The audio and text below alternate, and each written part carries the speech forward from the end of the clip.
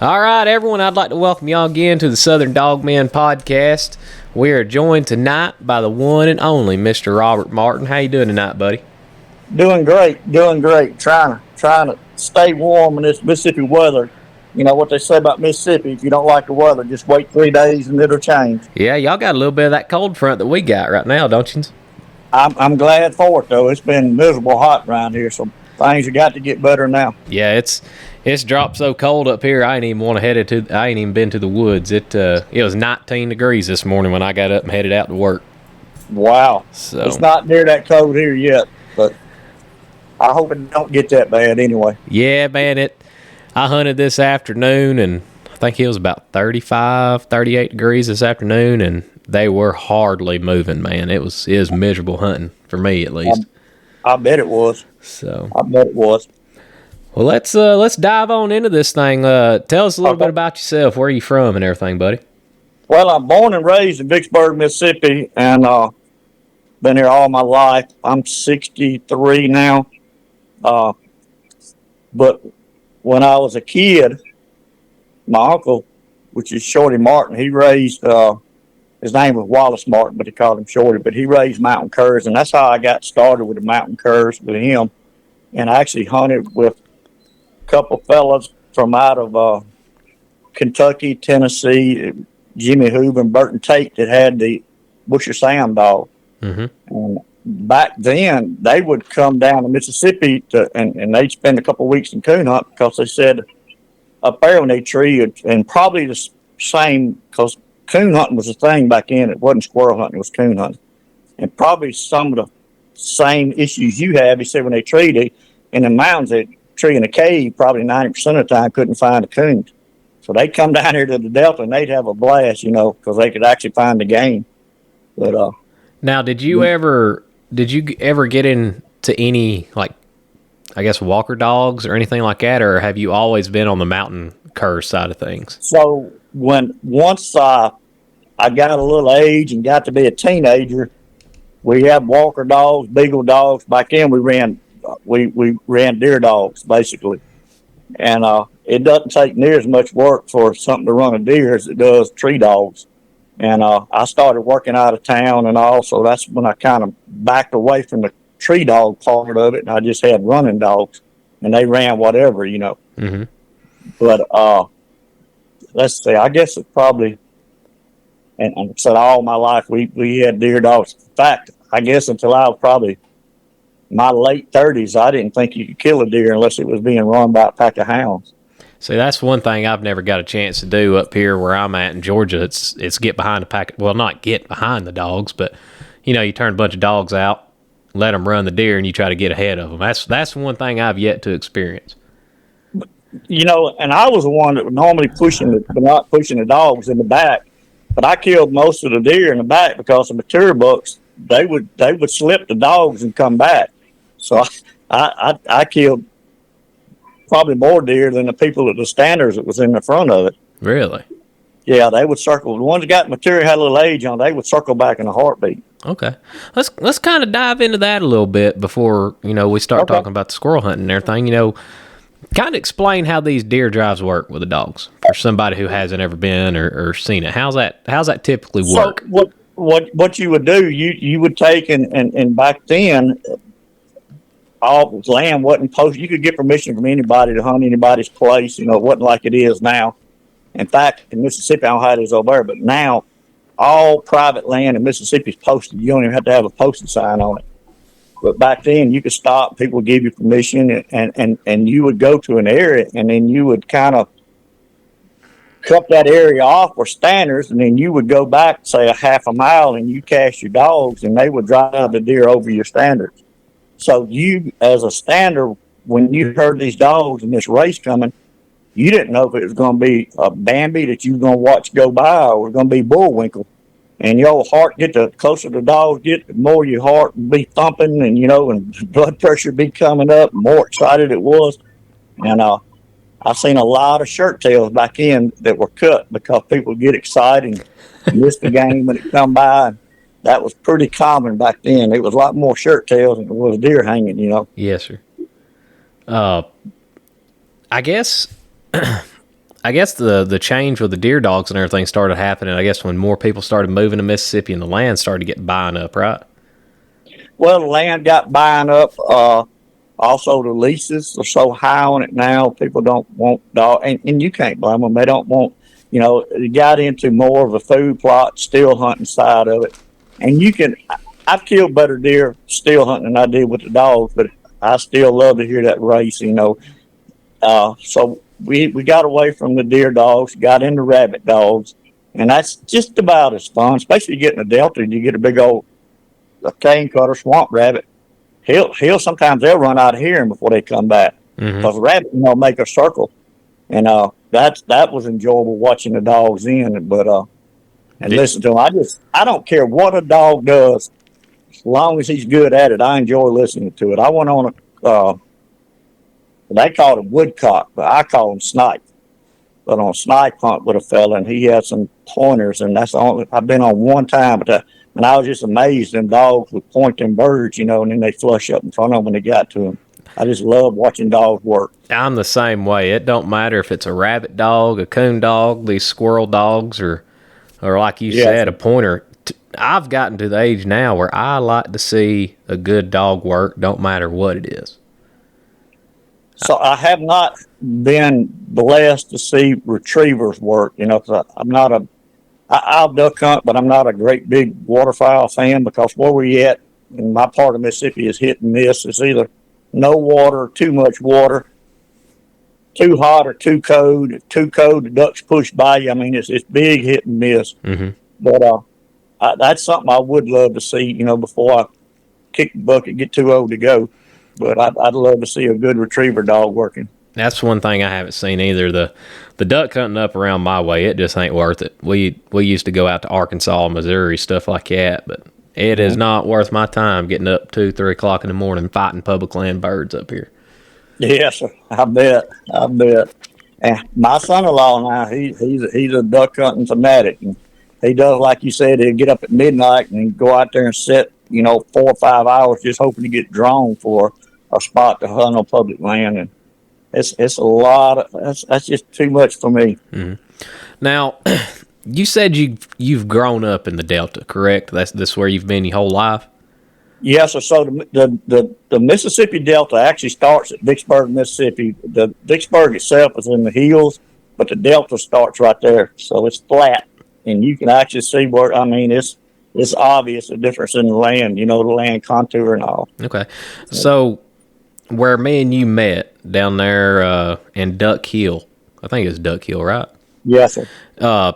Is that kind of the upper part of the Delta, middle part? It's probably in the middle, maybe in the lower south, because it goes on up through Memphis and all. Yeah. So you're probably in the mid Delta right there. Yeah. To me, that was some of the best hunting I've ever seen. We seen giant bucks at night coming home from the coon hunt. The squirrel hunting looked phenomenal, and even looked like there's plenty of duck hunting to be down there. I feel like that area, it's just phenomenal. I loved it. I absolutely loved it. And it's like that here. I mean, we just had a comp hunt in Delta National Forest, and just that one WMA is 60,000 acres. Wow! But it's hard because everybody wants to kill a black squirrel, and the black squirrels in there are probably 20%, probably a good average. I'll say about 20% of them are black. So they get hammered, and there's so many white oak trees in there. Your dog tree, if he tree on a white oak squirrel, when you get to him, he's going to be in a hole. I mean, you're lucky to find him. But I'll tell you a quick story with Mr. Tanner. He's out of Missouri. I met him over the internet, and then I met him hunting in the Delta, and his life goal was to tree a black squirrel. And I said, man, that ain't no problem. We'd go kill a black squirrel. 3 days later, we finally got in a boat and went on an island and found a black squirrel. I mean, normally I'd kill him things everywhere, but that man was tickled to death when he had his black squirrel.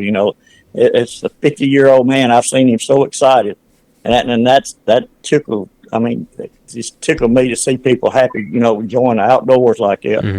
Well, that's like me when I came to that hunt.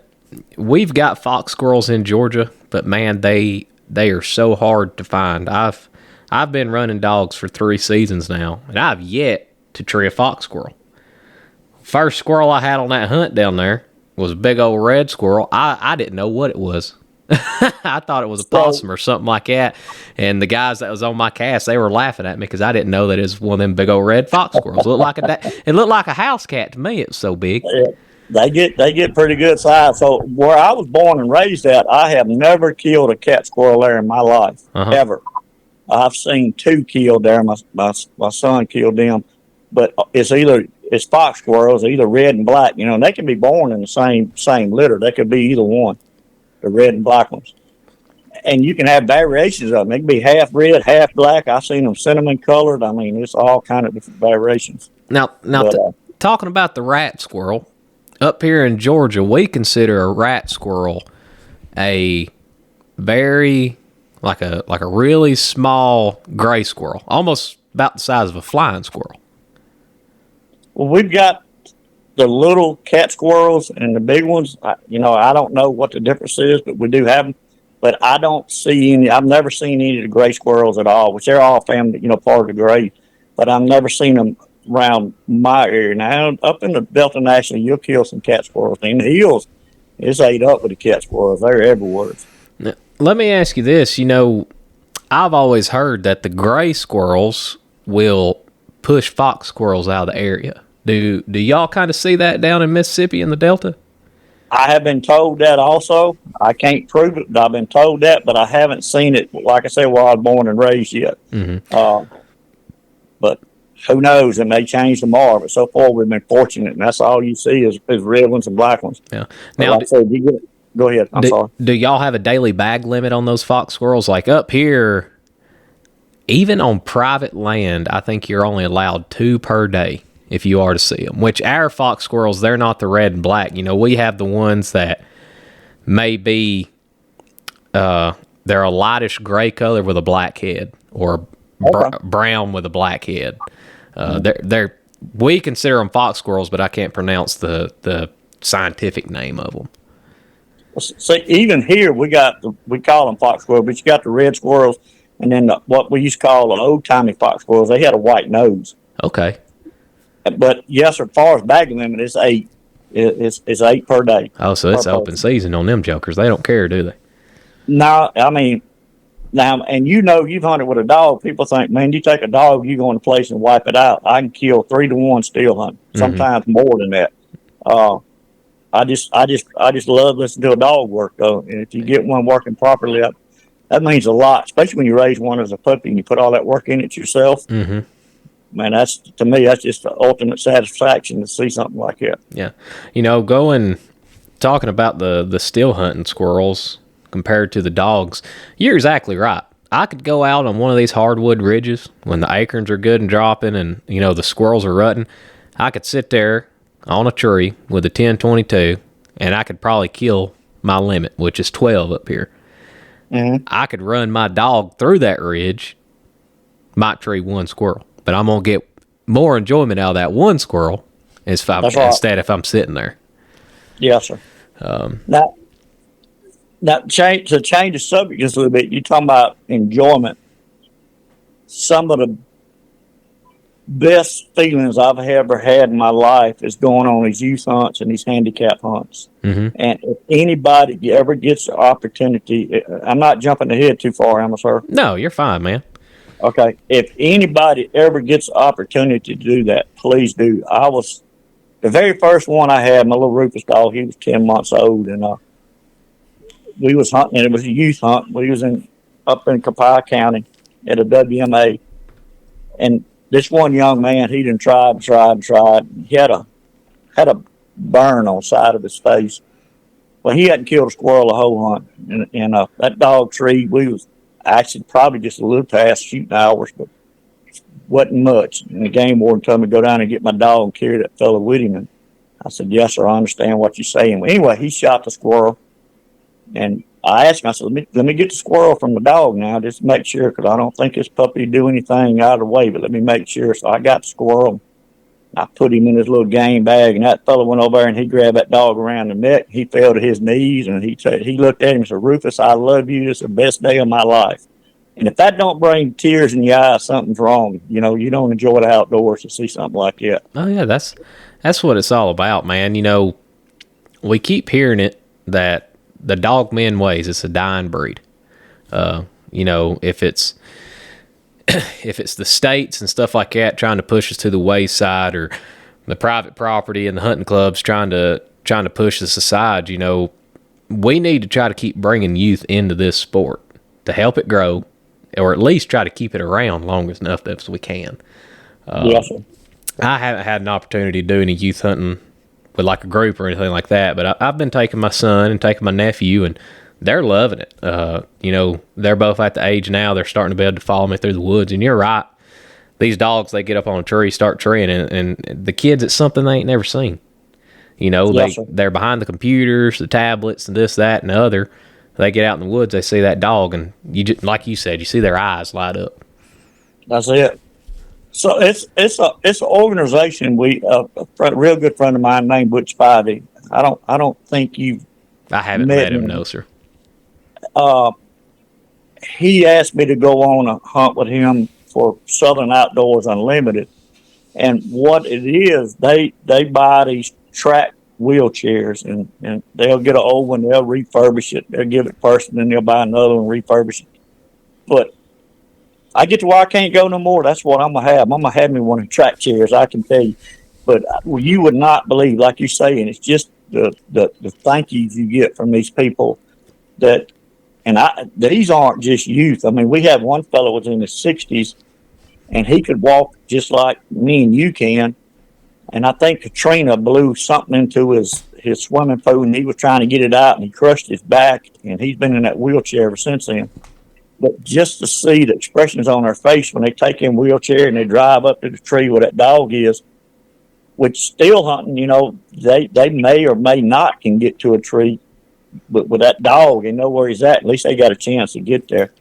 But man, it's so enjoyable watching it. To me, I've seen so many grown men come to that, and they tell us, Robert, if we ever get another one of these, let us know.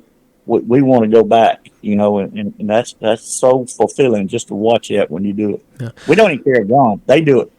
They do all the shooting. Yes, sir. They do all the shooting. So what are some of the organizations or some of the people that are getting these opportunities lined up for these people? I mean, is it something y'all are doing once a year or a handful of times a year? I mean, let's kind of dive into that. So, and I wish I could tell you all of them, but Southern Outdoors Unlimited is one, but Mr. Dan Robinson and Butch Spivey, he's over the dog part of it, but it's several different I want to say different organizations off of that now. It's like Hope Outdoors and all. They have, I think they got the big deer hunt for the handicap this coming weekend, if I'm not badly mistaken. And then we'll have a great big squirrel hunt in February. It'll be once a year, but then it'll be times they'll call and say, look, we got this group of people we'd like for y'all to go with, and then we'll go with that. And we're actually going to try to have a coon hunt. Chris Ashley, I don't know if you've heard of him or not. He's I'm trying to remember which. I ain't heard of him either. Yes, so he used to work for Primos. He started out, he was a cameraman. Now he's got his own little outdoor shows and stuff. But anyway, the place where they're at, it's a proving ground, it's a backwoods proving ground.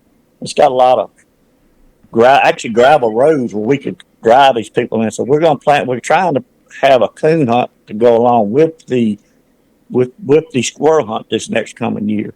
And we try to have it to where we all come in, we eat dinner, and it's always been kind of like the old deer camp experience. You stuff it.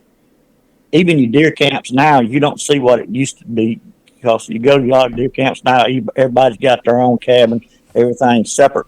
Mm-hmm. Years ago, it used to be one great big meeting hall, and everybody come in there and all the camaraderie and all. So they're trying to get that back, and I tell you, it's just so fulfilling when you go in there and see that and see the expression on them young people's face. And like I said, not just young people, it's old people too. The stuff that me and you take for granted. We think we're giving it. We're going to be able to walk on this earth the rest of our life. And nothing is given, my friend. Now, how many years have you been a part of this? Going out with the youth and some of the older adults and everything. How long have you been doing that? 5 years. 5 years. At some form, like I said, hunting youth hunts. See, also the state of Mississippi, they have a youth squirrel hunt every year, so we try to make that and Southern outdoor stuff also. Because when they're not on the same weekend, we try to get them on separate weekends. There you go. So in February, every deer camp wants you to come to their place and go hunting. In February, every youth organization wants you to go hunting. And I just wish we had a February was 6 months long out of the year instead of just 1 month. Yeah, that's something you look more forward to every year, is just getting out with all the different people, getting out with the youth and helping like that. So I'd imagine in February you're probably doing some kind of youth event about every weekend, aren't you? So last year I didn't. It was one weekend in February we didn't do it because I went to the World Hunt. The year before I didn't even go to the World Hunt. I went and hunt with kids, and this year I think we scheduled around the World Hunt, so I'm gonna try to go back to it this year. But yes, sir. In February we're pretty busy, and like I said, it's different.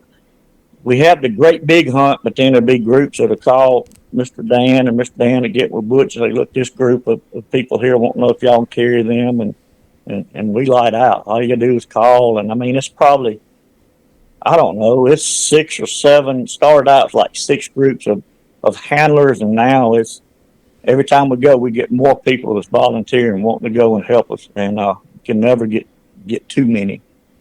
And the people on these podcasts, I would recommend y'all even going to and just interviewing the people there. I think it would be a plus for everybody. Oh yeah, especially spreading the word. I mean, it kind of goes back to what I said. Helping get the youth involved and trying to help our sport grow.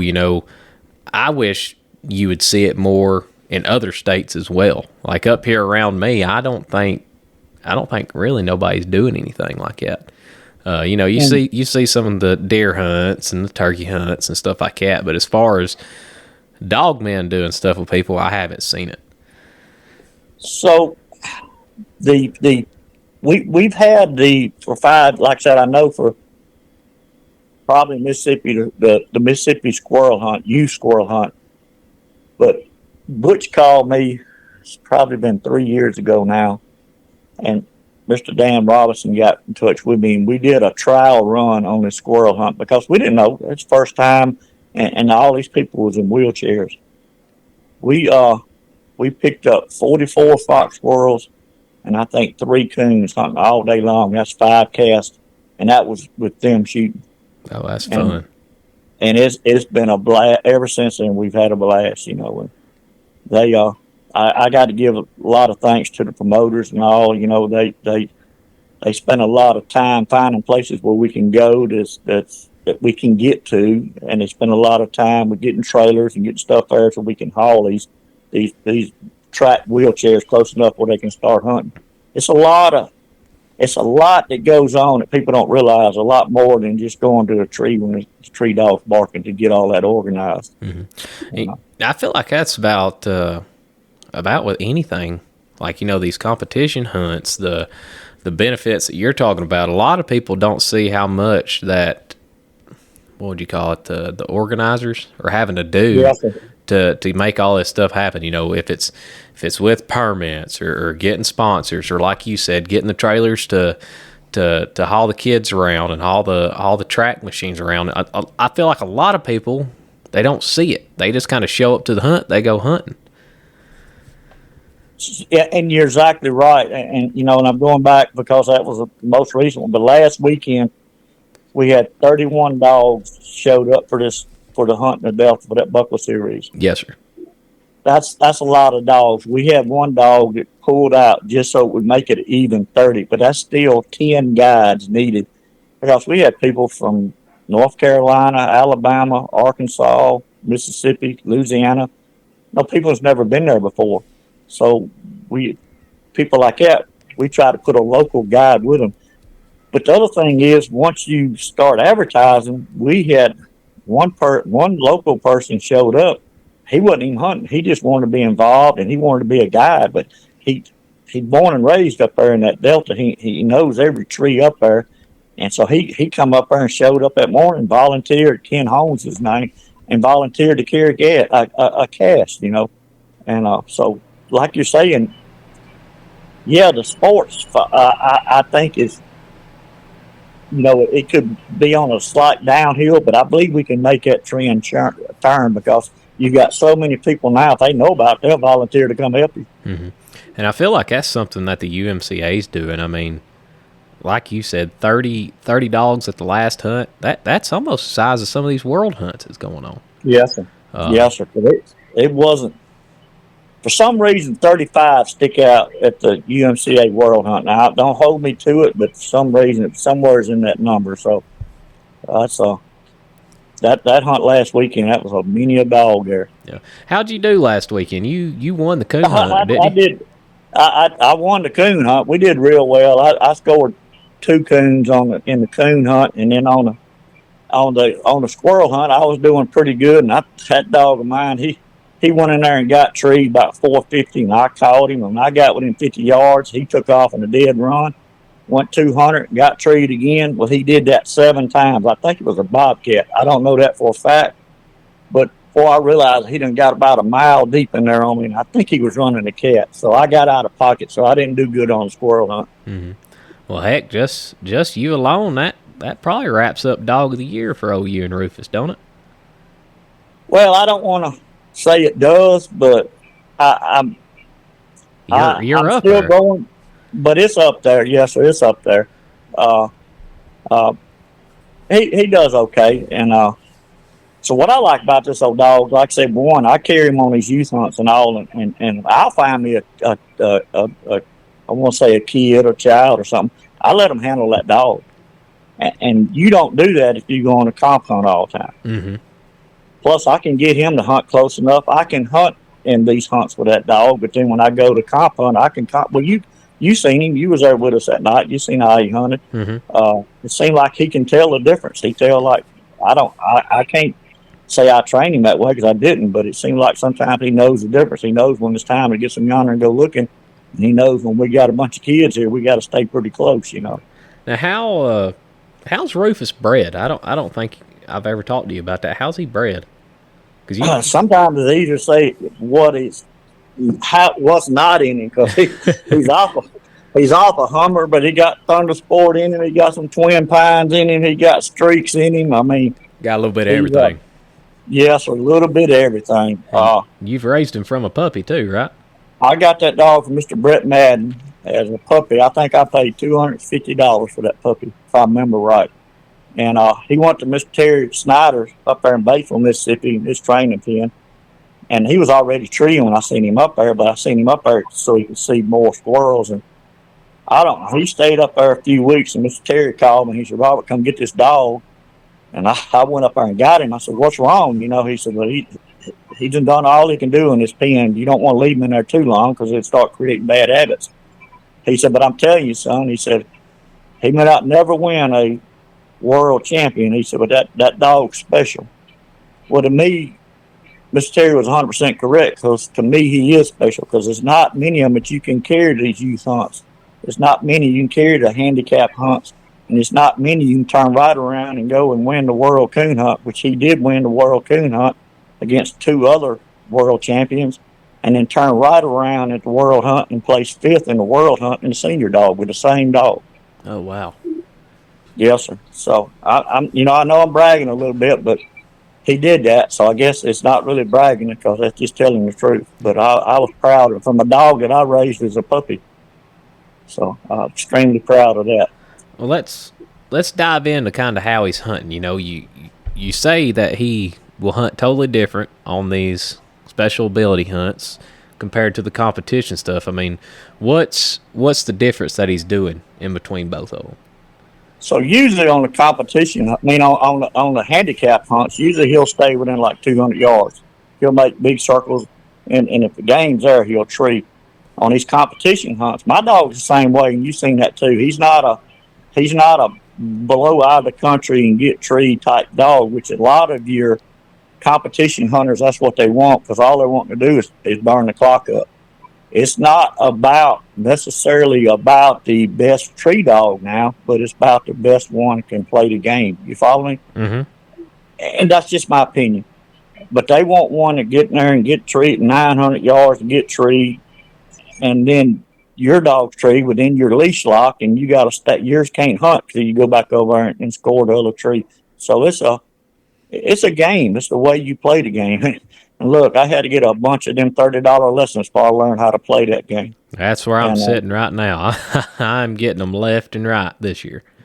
Yes, sir. It took me a year, and it took me a lot of help. Mr. Marcus Gray has helped me more than anybody else as far as how to. In fact, I talked to him today about some issues. I crossed Rufus and my little Izzy dog, and was talking to him about some things with that. No, but that's my go-to person when I need to call someone. I got problems with him, and I say he's go-to. Everybody I've ever hunted with, I've learned from. I've either learned right or I've learned wrong, but I learned from them. And I'll tell you a little quick story. I was hunting very first comp hunt I ever went on, and Mr. Ken Johnson was there, and his dog won the world, was a world champion, fine dog. Cast of dogs. Well, I popped my snap, and I told Rufus, I said, get ahead, and I kind of threw my hand up. And Mr. Ken was very polite, very nice. He come over and he told me, Mr. Roberts, and I'm not complaining. He said, but if you do that, some of these other people are going to tell you that you cannot encourage your dog. I said, really? He said, yeah. So next time we cast them dogs, we cast them two dogs, their dogs tore off. Rufus was sitting there looking at me. He wouldn't go nowhere. And finally, I looked at Mr. Ken. I said, Mr. Ken. He said, yeah. I said, do you mean to tell me I can't tell my dog to get ahead? And I slung my hand up, and Rufus tore out. And he said, sir, you're going to learn quick. He said, I can see that already. You caught on real quick to be able to get him to go. Yes, sir. So that's what I'm saying. I learned a lot of little things, from people, and that's helped me. Now, do I know it all? No, sir. I hunted a couple weeks ago, Mr. Ducey, and he put a spanking on me. No ifs, and buts about it. But I learned. You know what I'm saying? So that's what I'm saying. Go in with an open mind when you go to these comp hunts, and if you don't learn on every one, something's wrong. Yeah. Either good or bad, you'll learn. And, talking about that, every competition hunt that I've done this year, like you said, everybody I've hunted with, they have, hey, this is what you should do in this scenario. Hey, I know you just done this, but let me tell you something else you might want to try next time. You hear the stories. There's some guys, they're tight-lipped. They're not going to talk to you. But everybody I've hunted with this year, man, they have been so friendly. The night that I've pulled out with you and Mr. Cliff Robertson, dude, I had a blast. Absolute blast. Well, my dog didn't look good that night, but got to watch good dog work with Rufus. We got to tell stories. We talked about scenarios in competition, and that's what I love about doing this kind of stuff. Absolutely love it. Mr. Clifton, sometimes he can get some bad publicity. I don't know how to say this, but I'm going to say it anyway on his stuff he puts on Facebook. But I have learned so much hunting with that fella. And when he's in the woods, he's altogether different. Mm-hmm. He's there to win. Don't get me wrong. But he is not going to beat. If he makes a bad call, it's because he didn't know it was a bad call. He made a mistake. He will not try to mess you out of nothing, and he will do what he can to help you. Mm-hmm. And that means a lot to me. I enjoy hunting with Mr. Clifton. Yeah, and that's the kind of people I want to be around. And everybody I've hunted with, that's how it's been, man. It's like a big family organization. That's what I like. The UMCA organization to me is that way. I'm not knocking nobody else by no means, but that's just like, and I'm gonna keep going back because that was the last one. When you get old, your memory gets kind of bad. But the last hunt we had was 30 dogs. We did not have an argument in that hunt. We had some disagreements. They were settled. When people left there, they were sat down eating side by side, and they were friends. You know what I'm saying? Yes, sir. I've been on some hunts and I thought they gonna have knockdown dragouts, and I'm saying, well, I don't want to bring my family to something like this. But you seen who was up there when you wasn't at this last hunt, but my wife at this last hunt, and she was one up there giving out chili and all for everybody. I'd love for my family to be at these UMCA hunts, just for that very reason. When I first started to get into the competition side, man, I was so worried and so scared to get in some of these competition hunts, because that's all I'd heard is these men, they're going to try to slick handle you. You're new, they're going to try to screw you. If they're not arguing with you, they're going to be arguing with somebody else. I think I've been in 6 or 7 hunts now, and I have yet to see any of that. I've hosted 2 hunts this year. We had one kind of a disagreement on the final cast of the first hunt, but everybody was fine with it. Yes, Everybody tries to be friendly. Like you said, I ain't knocking other organizations and everything, but the UMCA, from what hunts I've hunted with y'all and the other members, I've never seen anything crazy happen. And I invite everybody to come to one of these hunts. If it's something in Tennessee, Alabama, I don't think there's going to be any more in Georgia this year, or even Mississippi. If just come spectate, come hang out with us, and you'll kind of see it's a really, really good group of guys. And to, like you saying, what I like about it, it's gonna be discrepancies, but they're gonna get it straight, or they're gonna question it like they should. And I, for one, I've done it before. And you bring it back, and they set a little panel, and then we get it worked out. But once it's said and done, that's done. I mean, it's over with. It's no grudges. That's what I like about that organization. So you have to look at Mr. Bob Osborne. It's the whole group, but you got to have that one person that's not afraid to carry somebody over the side and say, "Look, you may need to chill out just a little bit over here on this." You know what I'm saying? And I give him a lot of credit for what that's ran right now. Yeah. Well, still talking about the competition side of things. Here recently, you just finished out your Supreme coon hunt for Rufus, correct? Coon hunt champion. Yes, sir. Yes, sir. So he is. This year has been pretty exciting. So, let me back up February if you don't mind. Yeah, go ahead, man. So in February, like I said, I went to the World Hunt, and I won the coon hunt. I placed 5th I won the coon hunt with Rufus. I placed 6th in the junior hunt with my little easy dog, and placed 5th with Rufus in the senior hunt out of 30-something dogs. And, so make a long story short, I mean, I was hunting night and day, and Ozam, I would give out. So we left there, and he was a night champion, but this year he's a grand night champion. He got his Supreme night champion. He's in Mississippi, because that's the hunt you was hunting with us on. I won the coon hunt up there, and that's the only coon hunt I've ever won on circle points. Yeah, you seemed kind of disappointed about that night. I think you mentioned it 4 or 5 times on the way back. Yes, sir. But I believe, and I think you do too, it was a coon in that hole. I'm at 100% agreement. There was a coon in that tree. Yes, sir. And I know y'all can't see it over here in podcast land, but Rufus, that joker, we'd hear him treeing, and then he'd quit. He might be in a hole. He'd pull his head out, he'd start treeing. I just can't tree him on that. I think you waited for about 15 minutes before you treed him, and we finally got in there. It was 25 minutes, well, it was. Yep, and it was one of the prettiest oak trees you could see walking in, and then on the backside it was split with a big old hole all the way up the center. See, I would actually lose reception on my GPS when he stick his head in that tree. Yep. It's one of them holes big enough where he could about stick half his body up in there if he wanted to. You right. But I'm in agreement. There's a coon in that tree. I don't care what anybody says. There's a coon in there. So we won that one. Like I said, that's the only hunt. Now I've won a cast on circle. That's the only hunt I've ever won on circle tree. And then we placed 2nd in the squirrel hunt the next morning for the same dog. And you was on that hunt with me that evening. I enjoyed that hunt there. That was fun. Yeah.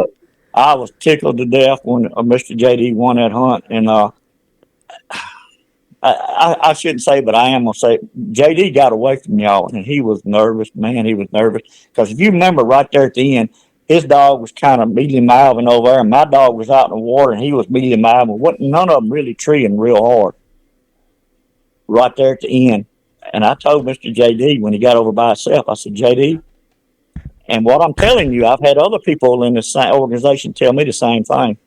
I said, JD, I'm 200 circled to 200 plus. I cannot beat you. You can beat yourself.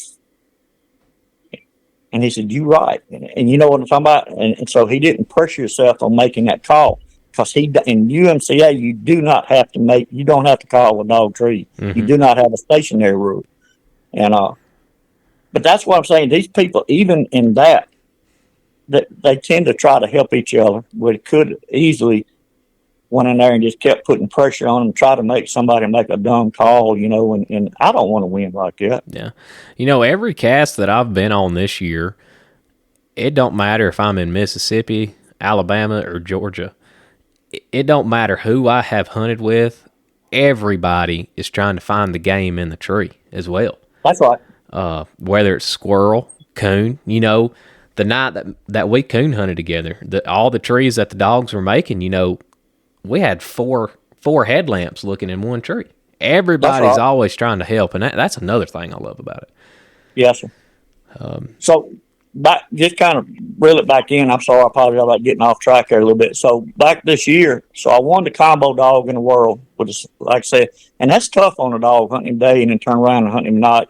Day and night. How old is Rufus? He's 5. He'll be 6 in March. Okay. But so I won the combo dog in Mississippi. I went to Arkansas. I won the coon hunt in Arkansas. I can't remember exactly what it was, but I placed in the top 10 in the squirrel hunt and won the combo dog in Arkansas also just this year with that dog. So he's been on a little bit of a roll this year, hasn't he?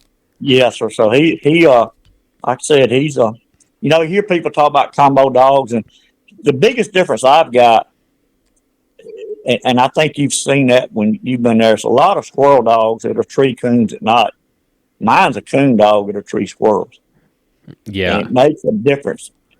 A coon dog has to be more accurate at night than a squirrel dog. Because if a coon dog trees, the coon's either got to be in that tree or a tree touching it. If a squirrel dog trees, you got a search area of 75 feet. Mm-hmm. So a coon dog got to be more accurate, at night. And so to me, I think that's what the biggest difference is in my dog and some other people's dogs. Yeah, especially with you winning these hunts, and it's usually having plus points. You're 100% correct on it. Yeah, sir. Like I said, normally that's the only hunt was that hunt I went on with you that I've won on Circle Tree. The only one that I know of. And that's, like I said, I think Rufus is only the third dog that's been Supreme Night Champion. Mr. Clifton's got 2 Supreme Night Champions. What is it, Swimmer and Newt, I believe? Yes, sir. And he got them this year, if I'm not mistaken. Yes, sir, he did. Probably about 2 weeks ahead of me. That's 2 or 3 weeks. That's what I was thinking. So yes, sir. He sure did. There's some great dogs doing the coon hunting stuff right now. I'd like to see more people trying to show up and trying to keep it alive. But, I would too. I know everybody, they're wanting the high-powered hounds and stuff like that. But, you got a cur dog that'll go out and tree you coons at night. Heck, you can get up the next morning and go right back hunting in squirrel hunts, That's right. And then, and you brought up a little thing right there and about the hounds, and I may upset some people when I say this, but hounds are bred, their genetics are bred to chase game. Cur dogs are bred to please their masters. They do what they can to please their masters. And that's when you see, and that's what concerns me, when you see so much hound now in the cur dogs, you tend to breed some of that out. The pleasure part of them, wanting to please the people. To please the people, because when they was actually bred, they were bred by the settlers up in the Appalachians and all, And it'd be one dog to do anything from working cattle to running rabbits to treeing coons to whatever. That one dog did it all. Mm-hmm. But they did that to please their owners or their masters. Well, a hound, he's bred in his genetics just to hunt. You follow me? Yes, He's sir. going to hunt irregardless. And a lot of cur dogs, that's like Rufus. He may not hunt for you. You seen that one with, and I'm not going to call the dog's name because she's a fine little dog. But when she first got in the woods, she didn't. When she was walking with us, she didn't know none of us, and she wouldn't hunt. You notice that? Yeah. And we was kind of all saying that, and it took her 15, 20 minutes to get going. That's right. And once one of the dogs barked, now she went on in there and went to hunting. Didn't go to the dog, she went to hunting.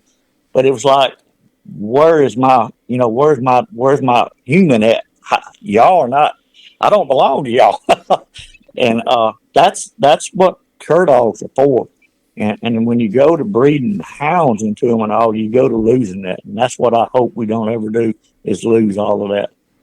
I can remember when I was a kid, like I said, I'm in the 60s, and I was probably pre-teens. I can remember them back then complaining because they were breeding a lot of plot hounds into them. Back then it was two cur dogs, I remember right. It was Leadbutter and Steven Stock. And then eventually they split up. Well, let's talk about this for a second. You know, you're in your 60s. You were born and raised with a cur dog. You may not know. I don't think really anybody knows. But back then, what was it you think that made a cur dog a cur dog? You know, we've heard the stories, oh, it's a feist in a border collie, or oh, it's a feist in a bird dog. I mean, what do you think were the, I guess they're original mixes of these cur dogs? So if you will go back to Jamestown, I've been up there one time, and I'm the one that got shot at up there last year, me and my wife. And it's going to be a while before I go back. They got to make some changes. But the one thing I liked about going up there was if you look at the old pictures of the old cur dogs, most of them had thick coats. So it was some collie or something in there. You follow me? It was some kind of herding dog mixed up in these dogs. And yes, sir, they were named cur dogs because that's what they were. They were cur dogs. Mm-hmm. They was a mixture. But out of that mixture is where the curs that we know today came from. And that's just my opinion. Because I can remember most, like I said, ones I looked at way back when I was younger, a lot of them had heavy coats on them. Even Rufus, he's got a pretty heavy coat on him, but he's nothing like what these other dogs were. You know, I've always heard that about, I believe it's the streak bred dogs. He's feist. Yeah, that they're really, really heavy coated dogs, and that they get hotter during, you know, say summertime, early fall when the weather's still warm and everything. Yes. You know, mine up here in the kennel, man, he looks like he's got a thin coat, but I can go up there and love on him and pet on him and stuff and just rub him down. Man, it looks like I'm just pulling hair off of him. Yeah. Yes, sir.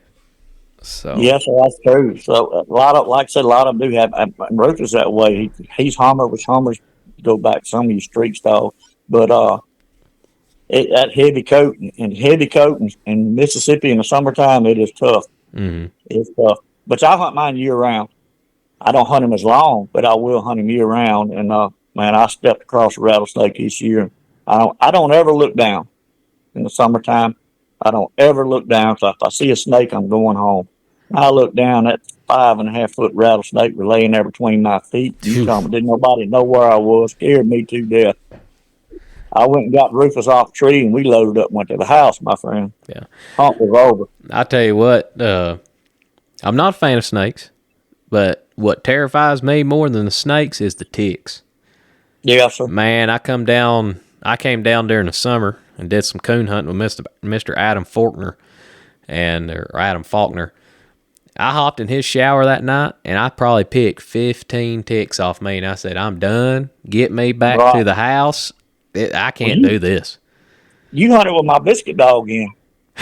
Yes, yeah, I did. We actually took him the second night we was down there. That's when he still had him. Yes, sir. That dog, he'll get some yonder and he'll get a coon. But the problem with him, he seen your headlight, he was gonna shut up. And most of the time when he was at the tree, he'd be sitting on his butt out there. He quit, he quit barking, so he wouldn't make a comp dog. I think Adam told me a fella's got it and he's hunting him with his son now. So they crazy about that dog. But Yep, that's what he old told biscuit, me. He says he loves him. old biscuit, he was a mess. Now that dog had a mouth on him too. Whew. Mm-hmm. Good mouth on him. Yes, but I seen him and Rufus go in one night. They went in right at 9/10 of a mile before they got treed. You know, they were trying to outrun each other, but that was a big old dog there. Well, you said you just bred Rufus, bred him to a little old female. Is this the first time you've got him bred up or anything, or? No, sir. So I bred him. I got a female, and she's heavy hummer, and I bred him to her. And this was a couple of years ago, and what I have learned, I had litter puppies off of her. But if you're going to promote a dog, you don't want to just have puppies. You got to have puppies and put them in the right people's hands. Mm-hmm. And I didn't put them necessarily in the right people's hands. My buddy of mine, he's got one, and he hunts him. He just pleasure hunts, and that's fine. There's nothing wrong with that. But he's a treeing machine. But the rest of them, my son got one, and he's in the pen. I ain't never made nothing out of him.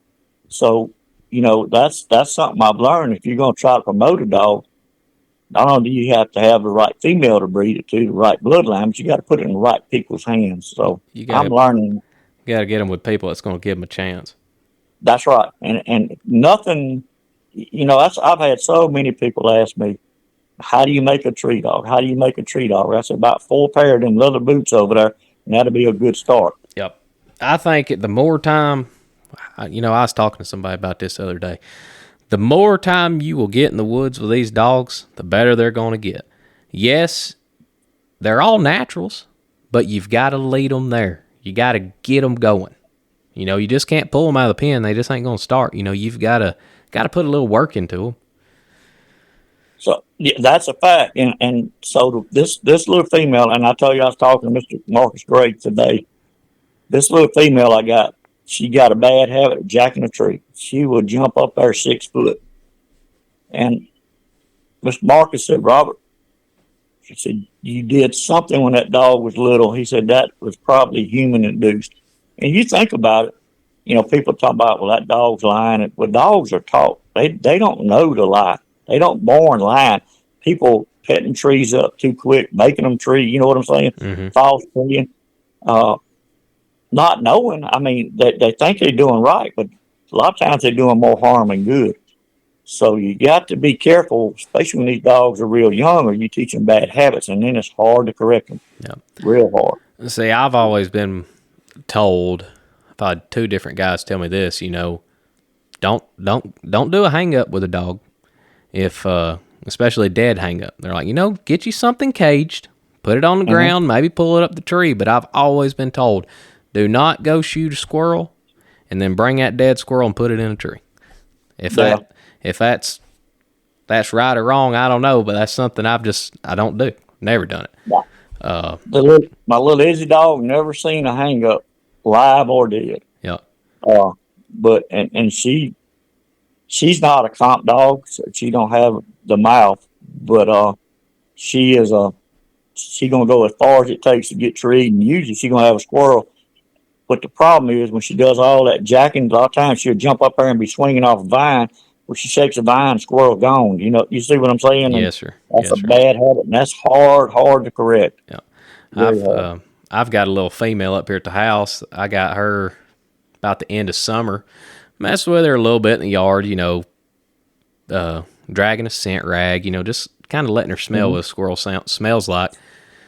I've put her up, did not get her out till about the middle of November, where all the leaves were off, plenty of acorns on the ground, plenty of squirrel scent.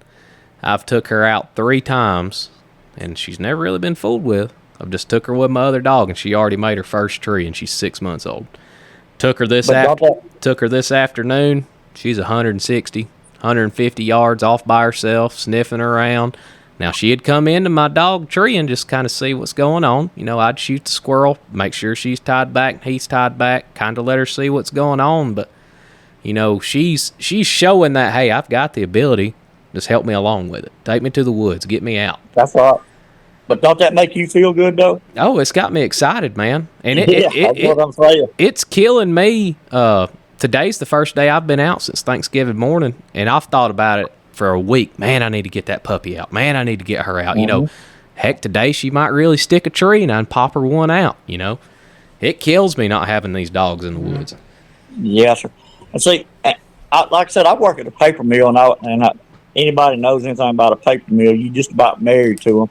Well, that's one of the reasons I coon hunt so much. You know, you don't get the time to carry them in the daytime like you should. So I'm not going to leave them in the pen all the time. So I carry them at night. Even if it's just for a couple hours, you know, I carry them at night, let them make them treat.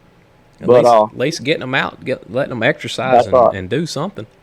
That's a fact. And the other thing that's helped me a lot, me and a real good friend of mine, you never have met him either, his name Chris Madison. We hunt together, and he'll bring his dog, and I'll bring my dog.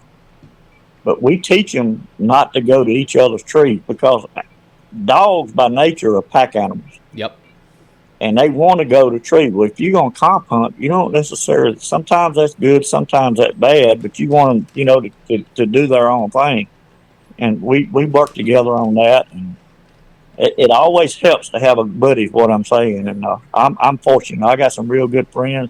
Another one, Chris Hartley, he's coming up. He helps me. Butch. I mean, it's a bunch of them that hunt with me. And we carry these dogs, and we're trying to teach them not to go to another tree. And everybody these training collars you got. Training collars are great, but I have seen many a dog grunt with one. So you have to be careful with them. Yep. You know, talking about the friendship part of this, I've got more friends now than I did before this. I've got guys that'll call me just to talk dogs. Hey, how's your dog doing? You know, we get into the family stuff. You know, get in talking about the good Lord, and you know, it's all started because of these crazy dogs, man. And I love it. You know, and that's the thing. You know, I could sit here and just name off so many. Mr. Brandon Lyra, he's, you know, Mr. Lynn Johnson, all them folks have helped me. You know, Mr. Chris Knight. It's going to be some people that's upset because I didn't say that, but it's so many of them that when they see the way you treat your dog, that's kind of a reflection of the person you are most of the time. Mm-hmm.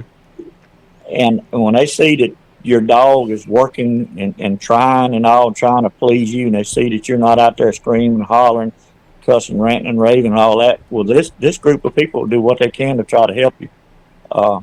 You know, they'll give you suggestions, just like you were saying earlier. Now, they may not on that hunt. Now, I've seen some of them have been on a hunt, and they say, look, when this hunt's over, I'll tell you what you need to do. Yes, that's okay, too. That's fine, too. But what I'm saying, they'll tell you, you know, you need to work on this. You know, this is what you need to do to fix it. And I appreciate that. It's just so many of them. It's a great group of guys, man. I love it. I meet up with it, man. I absolutely love it.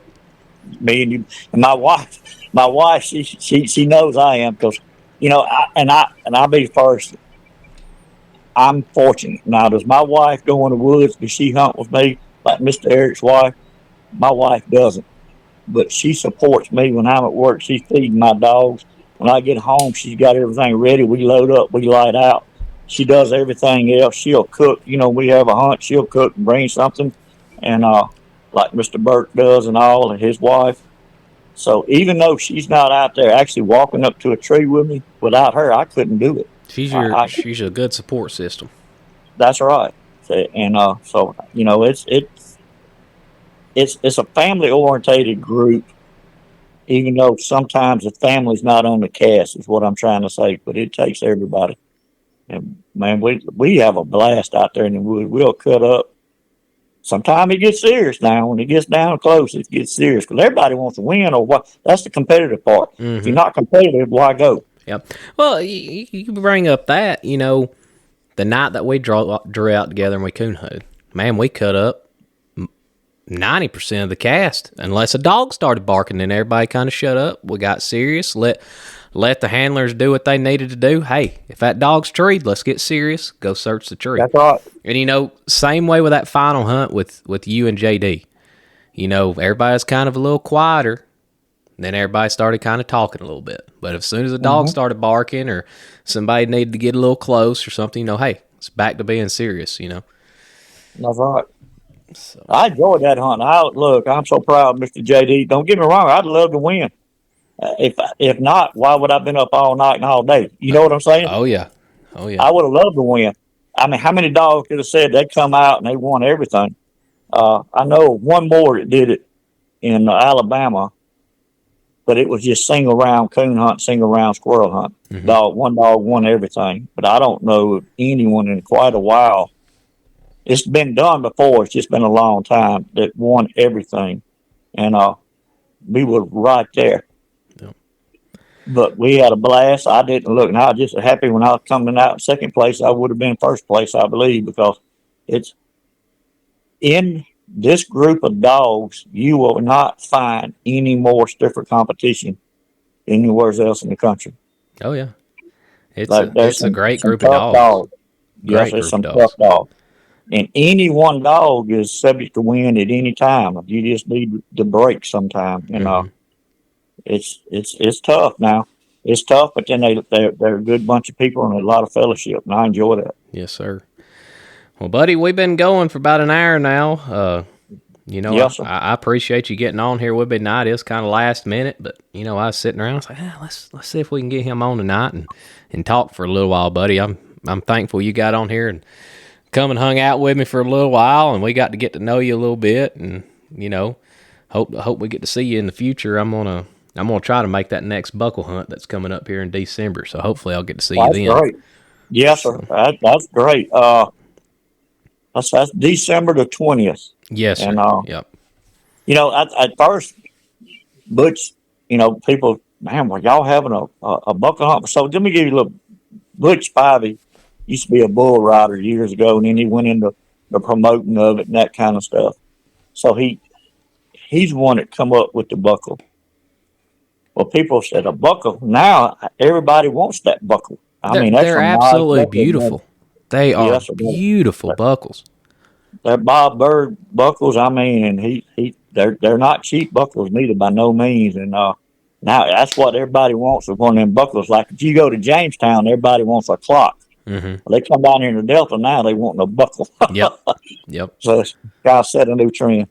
Well, look, I do appreciate you letting me come in, and I'm sorry I talked your head off. No, man, we enjoyed it. I've absolutely enjoyed it, man. I appreciate you getting on here and, talking with us and opening up a little bit. So, yes, sir. These dogs have changed my life, and I hope, we're remembered for that, and then my hope is I can pass that on this younger generation where they'll keep on keeping on. Yeah. And I see people like you coming up behind us, and Mr. Adam, Mr. JD, Mr. Cody, all of them stepping in there, Mr. James Minga. It's so many of these younger ones are stepping up right now. Because old folks like me, we're not going to be here long. We got to have somebody fill in behind us. Yeah, me and Adam, I love Adam to death. We talk. If it ain't every day, it's every other day. And, we're talking dogs, talking family, talking what we can do to make the dogs better. We even talk about what we can do to help the organization grow. Right. Like you kind of said, we're kind of that niche group that's coming up, and I'm trying everything I can to make it grow, to help keep it around and everything like that. So I appreciate that. But man, I ain't going to talk your ear off no more. I really appreciate you getting on here tonight, and I'll be seeing you soon, buddy. Yes, sir. Thank you. If you don't mind, just tag me on that when you put that on there so I can kind of go back and listen to how this redneck sounds on the radio there. I got you 100%, buddy. I'll be sure to do it. Thank you, sir. All right, have a great day, buddy. You too. Bye.